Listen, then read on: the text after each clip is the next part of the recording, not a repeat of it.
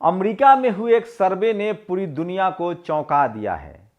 95% खाड़ी देशों के लोग कह रहे हैं कि पूरी तरह से खाड़ी देशों को, जिसमें लगभग 60 देश है, इजराइल से अपने संबंध खत्म कर लेने चाहिए। सोचिए, इजराइल और फिलिस्तीन के युद्ध में नया मोड़ आ गया है और अब पूरी दुनिया पूरे तरीके से इजराइल से खफा है। वहीं अब तो लाल सागर में जहां हूती के लड़ाके जहाज डुबा रहे थे, आज अरब सागर में एक जहाज पर हमला किया गया जिसमें इजराइल का जहाज था। उसमें चालक दल के सदस्य भारत के थे, इसलिए बाद में हूती ने उसे छोड़ दिया और अब इंडियन नेवी उसकी मदद कर रहा है। नमस्कार, मैं शंभू कुमार सिंह और आप देख रहे हैं नेशनल दस्तक। आपको भरोसा नहीं होगा, लेकिन सच है कि इजरायली सेना में भगदड़ मच गई है। खबर आ रही कि इजराइल का जो सबसे मजबूत बटालियन था, उसके 319 सैनिक एक दिन में मारे गए थे और उसके बाद से वो लगातार गजा पट्टी से वापस आने की कोशिश कर रहा था। और जब वो बटालियन गजा पट्टी से निकलने में सफल हुआ तो जश्न मनाने लगा। मैंने आपको पहले ही बताया था कि किस तरह से 30,000 सैनिक गजा पट्टी और वेस्ट बैंक में इजराइल के फंसे हुए हैं और उनको लगता है कि उनको युद्ध के नर्क में बेंजामिन नेतन्याहू ने धकेल दिया है। लगातार अब हमास ने इस नीति पर काम करना शुरू कर दिया है जो दुनिया को चौंका रहा है। दरअसल हमास लगातार हमले करता है और वीडियो बनाता है ताकि सबूत दुनिया को दिखाया जा सके, क्योंकि इजराइल अपने मरने वालों की संख्या नहीं बताता है, इजराइल अपने लोगों से छुपाता है, इजराइल अपने टैंकों की बर्बादी नहीं दिखाता है। ठीक वैसे ही जैसे हिटलर जब तक युद्ध हार नहीं गया था तब तक उसके गोएबल्स मीडिया ने उसको कहा कि नहीं, हम जीत रहे हैं। दरअसल इजरायली नागरिक विद्रोह न कर दे, इजरायली सेना का मनोबल नीचे न गिर जाए, इसके लिए इजराइल लगातार झूठ बोल रहा था, न अपने शहीदों का शव ले रहा था, न अपने हताहतों की संख्या बता रहा था। अब हमास ने इसका भी तोड़ निकाल लिया है और फिलिस्तीन ने अब उन सैनिकों के वीडियो जारी करने शुरू कर दिए हैं जिनको वो युद्धों में शिकस्त दे रहा है और मार रहा है, जिन टैंकों को वो उड़ा रहा है। आज तो यहां तक खबर आ गई कि एक हेलीकॉप्टर को सीधे सीधे हमास के लड़ाकों ने मार गिराया। लेकिन उसकी सबसे बड़ी चिंता समुद्र में है। इजराइल की अर्थव्यवस्था चौपट हो रही है और हूती के जो लड़ाके हैं, जो यमन के लड़ाके हैं हूती, वो लगातार लाल सागर में इजराइल जाने वाले एक भी जहाज को बिना निशाना बनाए नहीं छोड़ रहे हैं। आज तो गजब हो गया, अरब सागर तक हूती के लड़ाके आ गए और एक इजरायली शिप पर हमला किया, लेकिन उसमें भारतीय चालक दल के सदस्य जो पूरी तरह से सुरक्षित है। उसके बाद हूती के लड़ाके लौट गए और इंडियन नेवी ने उनकी मदद की है। तो सोचिए किस तरह से हूती के जो लड़ाके हैं वो समंदर में इजराइल को पानी पानी किए हुए हैं। उनके पास कोई चारा नहीं है, उनका पूरा कारोबार और व्यापार जो है वो ठप हो रहा है। वहीं इजराइल ने जो वीडियो जारी की है वो और चौंकाने वाले हैं। इजराइल खुद अब मानने लगा है कि उसके सैनिक मारे जा रहे हैं।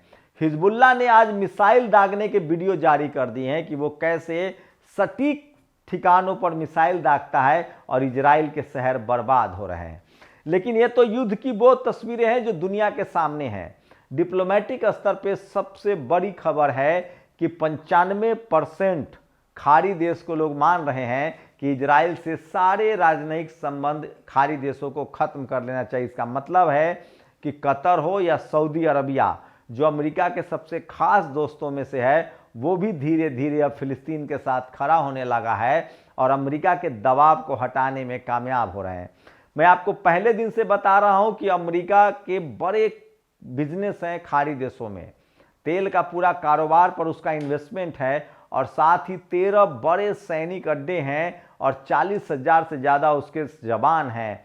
लेकिन अब ईरान और खाड़ी देशों ने मिलकर ये तय किया है, ईरान पहले इसका नेतृत्व कर रहा था, सऊदी अरबिया नेतृत्व कर रहा है, कतर नेतृत्व कर रहा है, और इन देशों के लोगों का कहना है कि हमें फिलिस्तीन के साथ खड़ा होना है और इजराइल से सारे संबंध तोड़ लेना है, और यही मामला फंस गया है। तो सोचिए, कल तक जो देश 7 अक्टूबर से पहले जो हमास आतंकवादी था, फिलिस्तीन आतंकवादी था, जो कमजोर लाचार था, और इजराइल जो सबसे मजबूत था, खेल बदलते देर नहीं लगी है और आज स्थिति यह है कि दुनिया के 153 देश ने तो यूनाइटेड नेशन में वोट करके कहा है कि इस युद्ध का असली अपराधी इजराइल है। इस युद्ध में जो पीड़ित है, जो प्रताड़ित है, जो विक्टिम है वो हमास है और फिलिस्तीन है। लेकिन सबसे बड़ी बात है कि जिस हमास को मारने के लिए इजराइल ने निर्दोष 20,000 फिलिस्तीनियों को मारा, जिसको मारने के लिए गजा पट्टी में मलबा का ढेर लगा दिया, सारे बिल्डिंगें उड़ा दी, बच्चे बुजुर्ग महिलाएं मासूम को मारा, अब उन्हीं मलबों की आड़ में इजरायली सैनिकों पर लगातार कहर ढाए जा रहे हैं। उसके स्नाइपर्स मारे जा रहे हैं, उसके जवान मारे जा रहे हैं और यहाँ तक कि अब इजरायली जो जवान हैं वो विद्रोह भी करने लगे हैं। दरअसल गजा पट्टी में लाश बिछी हुई है, वहाँ मलबे हैं, बीमारियां फैल रही है। हमास ने अपने सुरक्षित ठिकाने बना लिए हैं और इजरायली फौज लगातार जिन घरों में अपनी जगह बनाते हैं उन्हीं घरों को उड़ा दिया जाता है। मलबों का उनको आइडिया नहीं है। मलबों की आड़ में, अब मलबे की आड़ है, मलबे में आप घुस नहीं सकते हैं, मलबे की आड़ में स्नाइपर्स मारे जा रहे हैं, उनके टैंक उड़ाए जा रहे हैं। और सोचिए, जिस हमास के पास, जिस फिलिस्तीन के पास अपनी सेना नहीं थी, अपने हथियार नहीं थे, जहाज नहीं था, उसको रूस, चीन, नॉर्थ कोरिया, ईरान के हथियार ने इतना मजबूत कर दिया है कि ये युद्ध अब पूरी तरह से इजराइल के पाले से निकल चुका है। दरअसल हमास और फिलिस्तीन की जितनी बर्बादी होनी थी वो हो चुका है। अब उनके पास खोने के लिए कुछ नहीं है। एक किसान देश था, मेहनत मजदूरी से वो अपना पेट पालते थे, लेकिन इजराइल उसको कब्जा करना चाहता था और अब फिलिस्तीनी चाह रहे हैं कि किसी भी कीमत पर उनको आज़ाद होना है, उनको आज़ादी चाहिए। और सोचिए, 20 लाख फिलिस्तीनी बेघर हुए हैं। गजा पट्टी और वेस्ट बैंक से लेके एक एक फिलिस्तीनी के लोगों को, फिलिस्तीनियों को लगता है कि कब बम उनके ऊपर गिरेगा, इसका कोई ठिकाना नहीं। और सोचिए, इजराइल ने एक साथ 20 लाख लोगों को अपना दुश्मन बना लिया। अब उनको हथियारों की सप्लाई भी बढ़ गई है। तो हमास पूरा फिलिस्तीन ही, आप हमास कहिए या फिलिस्तीन कहिए, इससे पहले हमास इतना मजबूत नहीं था, उसको इतना समर्थन नहीं था। लेकिन जिस तरह से इजराइल ने निर्दोष लोगों को मारा, अब हर फिलिस्तीनी चाहता है कि हम इस युद्ध में शामिल हो, लड़े, और उसे हथियार भी मिल रहा है। और इसका नतीजा है कि इजराइल अलग थलग पड़ गया है, पूरी दुनिया में अलग थलग पड़ गया। और सबसे खास बात है कि 95% खाड़ी देश के लोगों का मानना है कि इजराइल से सारे रिश्ते खत्म हो और फिलिस्तीन के साथ खड़ा रहा जाए। वहीं जो फिलिस्तीन के पड़ोसी देश है, खासकर ईरान, लेबनान, यमन, इसके जो लड़ाके हैं वो खुलकर फिलिस्तीन के लिए लड़ रहे हैं। और यही इजराइल के लिए सबसे मुश्किल बात है।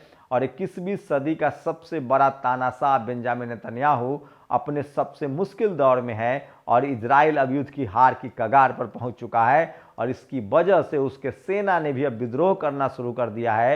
इजरायली मीडिया भी अब खबर दिखाने लगी है और इजरायली जनता सड़कों पर उतर रही है और बेंजामिन नेतन्याहू का लगभग खेल खत्म होने वाला है। तो 21वीं सदी की सबसे बड़ी घटना होने जा रही है।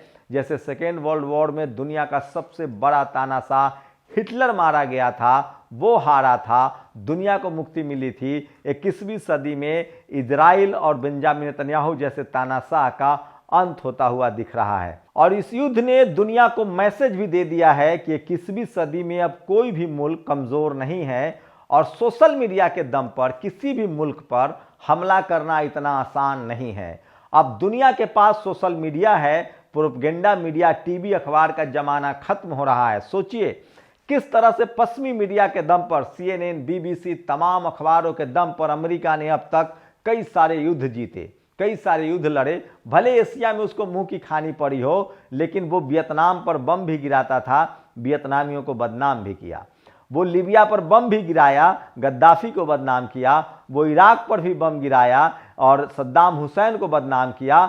उसने ओसामा बिन लादेन आतंकी के आड़ में अफगानिस्तानियों को मार गिराया, अफगानिस्तान को बदनाम किया। लेकिन आज सोशल मीडिया है और सोशल मीडिया की वजह से दुनिया को पता चल रहा है कि दरअसल सही कौन है और गलत कौन है। ठीक वैसे ही जैसे भारत में अब मनुवादी मीडिया पूरी तरह से एक्सपोज हो चुकी है और जो मनुवादी मीडिया कल इजराइल जाकर रिपोर्टिंग कर रही थी, अब वो खबरें गायब कर रही है। और जैसे भारत के दलित, पिछड़े, आदिवासी, अल्पसंख्यक यहाँ के मनुवादी मीडिया के खिलाफ है और वो सच्चाई सोशल मीडिया के जरिए जान रहे हैं, उसी तरह से पूरी दुनिया में जैसे यहाँ पांडे, गुप्तेश्वर पांडे, बिंद्रा लोग बेनकाब हो रहा है, उसी तरह से पूरी दुनिया में हमास और फिलिस्तीन के आगे इजराइल बेनकाब हो रहा है। और ये सब कुछ सोशल मीडिया के जरिए हुआ है और इसीलिए हमास हर लड़ाई की तस्वीरें सोशल मीडिया पर डाल रहा है। आप लोग अपनी प्रतिक्रिया जरूर दीजिए। शुक्रिया। नेशनल दस्तक की आपसे गुजारिश है कि अगर इसको बचाना चाहते हैं तो नेशनल दस्तक को सब्सक्राइब करने के लिए रेड कलर के सब्सक्राइब बटन को दबाएं, फिर बेल आइकन की घंटी दबाएं। नेशनल दस्तक को बचाने के लिए बहुत जरूरी है कि हर खबर को शेयर करें, लाइक करें, कमेंट जरूर करें।